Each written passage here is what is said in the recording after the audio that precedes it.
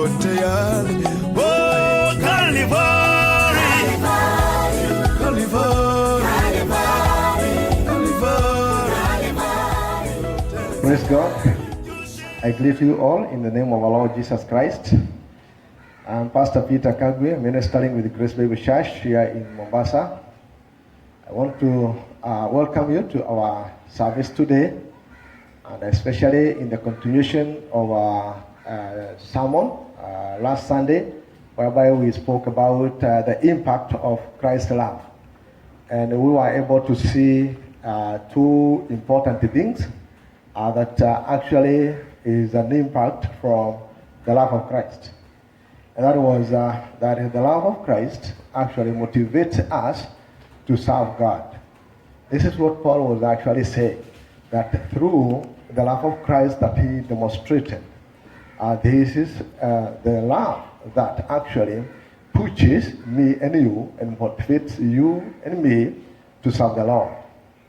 And it was very important for us to understand that our service to the Lord is out of that influence, that motivation of what Christ did on the cross. Secondly, we found that our focus now is onto the resurrected Christ. Because now a resurrected Christ we found is different from the other Christ who ministered to the Jews here on earth. And we found that we are now, our focus is to resurrected Christ, who is actually the hand of all principality and power. And secondly, also, he is the hand of the body of Christ, who is actually above all things. Before we come to part 2 of our sermon on last Sunday, I would like us to pray together with you. Our most gracious and heavenly Father, today we want to thank you so much for giving us an opportunity to continue to share your love to many people who are watching us and listening to us. And Lord, we thank you so much for understanding that, Lord, what we do now in service, it is because of how you motivated us through your death, through your great love for the world.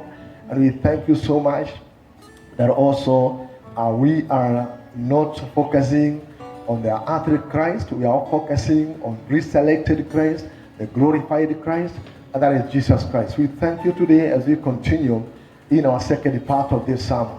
I pray that, Lord, your Holy Spirit will speak to everyone who is listening to us and be able to understand the great truth and the gospel that we need to declare to the whole world. In Jesus' name we pray.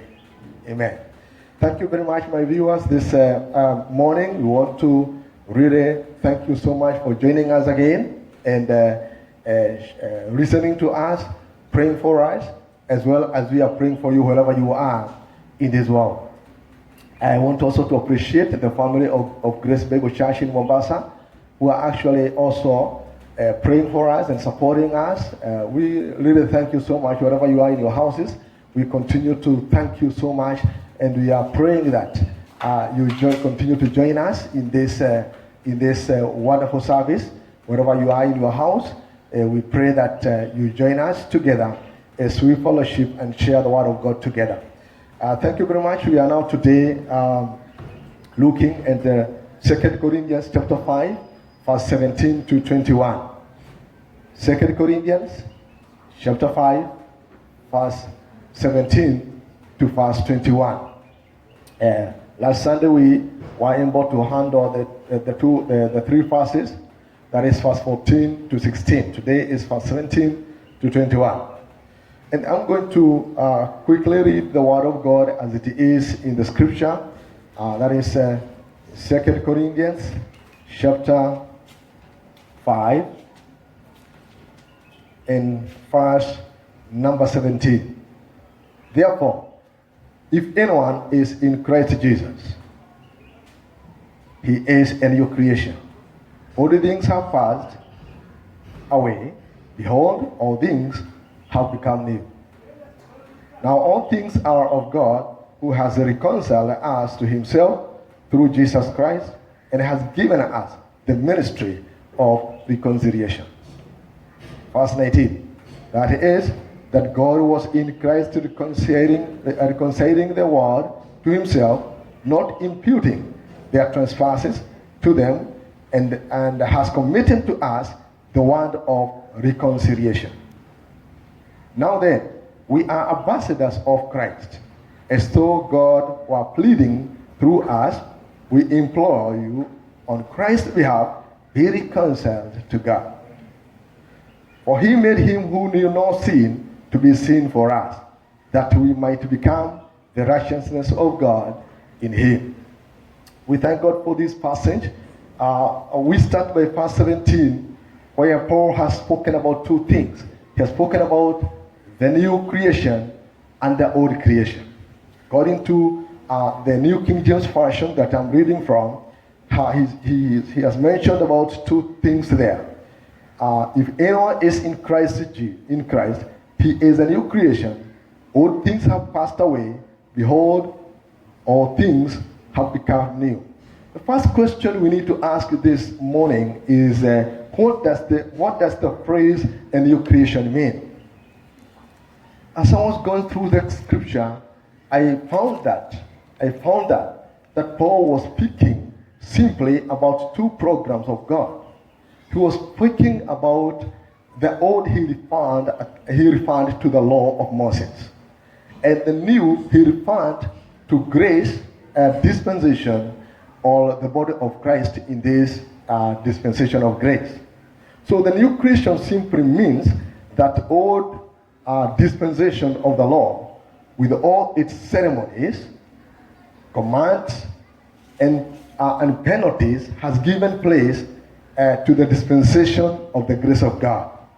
And to prove that from the scripture, we go to Ephesians chapter 3, verse 1 and verse number 2. Ephesians chapter 3, verse 1 and verse number 2. The Bible says, "For this reason, I, Paul, the prisoner of Christ Jesus, for you Gentiles. If indeed you have heard of the dispensation of the grace of God, which was given to me for you." If you look at this passage Paul is writing, he said that he is a prisoner because of us Gentiles. He was actually put in chain. He was put in prison because of preaching the gospel of the grace of God. And him, as an apostle to the Gentiles, he was put in prison. And he says, if indeed you have heard of the dispensation of the grace of God, which was given to me for you. There is a new dispensation that has been handed over to the Apostle Paul. And that is the dispensation of the grace of God.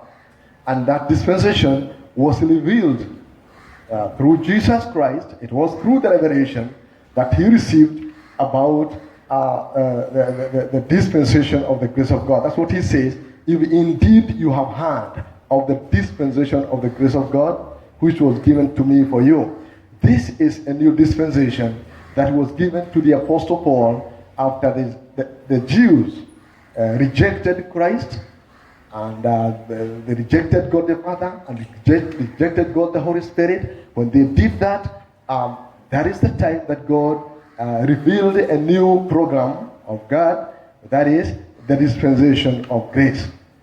And so in the book of 2 Corinthians 5, Paul is actually talking about those two things. The old is the law, and the new is the new dispensation, or the program of God that is called the dispensation of grace. This is where we find the body of Christ, whereby there is no Jews, no Gentiles. Everyone who comes to Christ today, by trusting what Christ has done on the cross, he is put into the body of Christ by believing, by faith and trusting in Jesus Christ. He is put into the body of Christ, and he becomes one of the members of the body of Christ. So everyone who believes today becomes a member of the body of Christ, and therefore we are all one in Christ. And Romans chapter 12 verse 5 Paul says, Romans 12, verse 5. Romans chapter 12 and verse 5. Verse 5. The scripture says, so we being many are one body in Christ, and individually member of one another. We are many members in the body of Christ. All people from all the world, all the nations. People who come to Christ by believing the finished work of Christ, we are put into the body of Christ through one baptism of the Holy Spirit. According to 2 Corinthians chapter, we can go there actually very quickly, chapter number 12 and verse number 13. 2 Corinthians, sorry, I'm talking about 1 Corinthians, sorry. 1 Corinthians chapter 12 and verse number 13. For by one Spirit we were all baptized into one body, whether Jews or Greeks, whether slaves or free, and have all been made to drink into one Spirit. So through one Holy Spirit baptism, we are put into the body of Christ.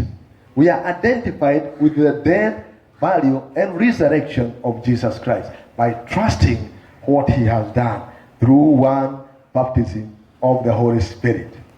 Now, Paul goes further in explaining in verse number 18 and verse number 19. He is explaining more about the reconciliation that has taken place. Reconciliation that has taken place. When there is enmity between two hostile groups or people, reconciliation is always necessary.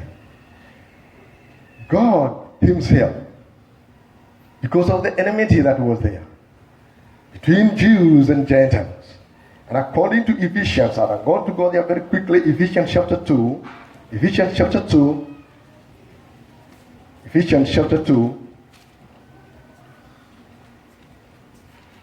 go with me there, Ephesians chapter 2 and verse number 14 through verse number 16. For he himself is our peace, who has made both one, and has broken down the middle wall of separation, having abolished in his flesh the enmity, that is the law of commandments, constrained in ordinances, so as to create in himself one new man from the two, thus making peace. This is the good news that we have today, that Jesus Christ, through his death, he has broken the middle wall of partition. He has broken down the middle wall of separation that separated us Jews and Gentiles. That is the law of commandments. And from there, he has created in himself one new man from the two. If you connect this verse and 2 Corinthians 5 and verse number 17, he has created into himself one new man.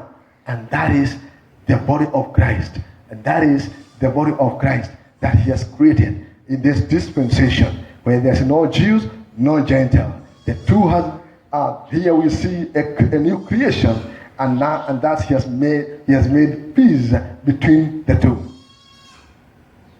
And verse 16 says, and that he might reconcile them both to God in one body through the cross, therefore putting to death the enmity. The enmity that was there between a Jew and Gentile was broken here on the cross.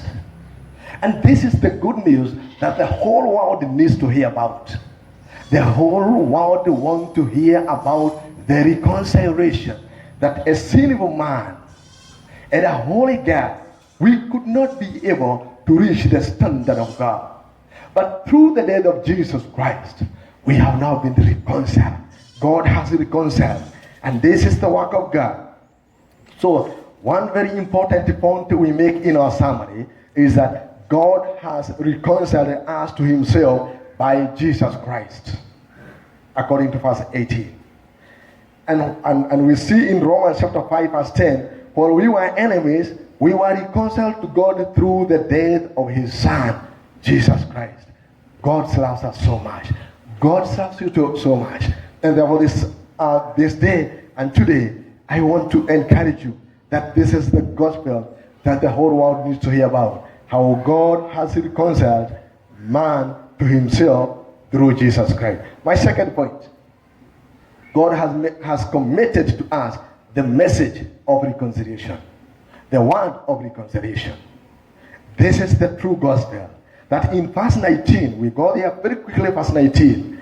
That is 2 Corinthians, very quickly, 2 Corinthians chapter 5, in verse 19, the scripture says, that is, that God was in Christ reconciling the world to himself, not imputing their trespasses to them, and has committed to us the word of reconciliation. What happened? God was in Christ Jesus,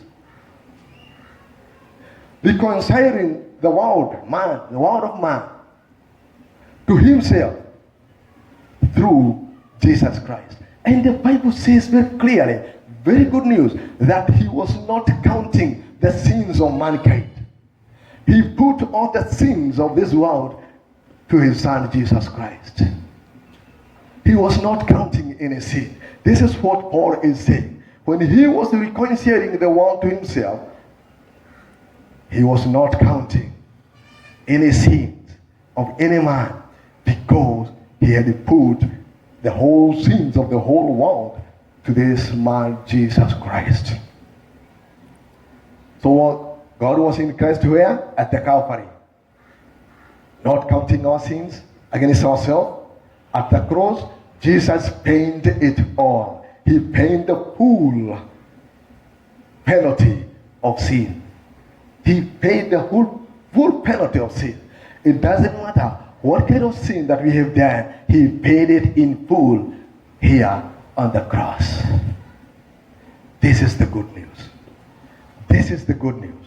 If you believe this, you'll be saved from the condemnation. You'll be saved from going to eternal condemnation and have everlasting life in Jesus Christ. Our third point as I finish is that we believers, we are the ambassadors of this good news of death, burial, and resurrection of Jesus Christ. This is the good news that brings salvation to every human being, to every mankind. This is the good news. And may the Lord bless you as you continue to meditate upon this. Remember this. God is not against you. This morning, God loves you so much. And Paul explains in the last verse, we are going to read verse 21. He says, or he made him who knew no sin. He made Jesus, who knew no sin, to become sin for us, that we might become the righteousness of God. God made Jesus Christ, who knew no sin. We were the one to be condemned. We were the one to be judged. But he made him to be sin for us, so that we may have the righteousness of God. Not our own righteousness, not your own righteousness, but the righteousness of God is his Son, Jesus Christ. May you today, I beseech you today, to be reconciled to God by believing the finished work of the cross. If you are listening to us today, online, turn to Christ now, while there is yet time. Receive Christ now as your Lord and Savior, and rejoice with us in the forgiveness of sins according to the riches of his grace. It is by the grace of God that we are saved. According to his righteousness, may you enjoy this forgiveness of Jesus Christ on the cross. He died for you. He suffered for you. He suffered for me. He suffered for the whole world. Let's pray together as you make your decision today to be reconciled to God through the Son of Jesus Christ. The work that has already been finished, by faith you trust and you become a member of the body of Christ in Jesus' name. Let's pray together. Father Jesus, we thank you today for the message, for this wonderful good news that we have today. The message of reconciliation. It is our commission.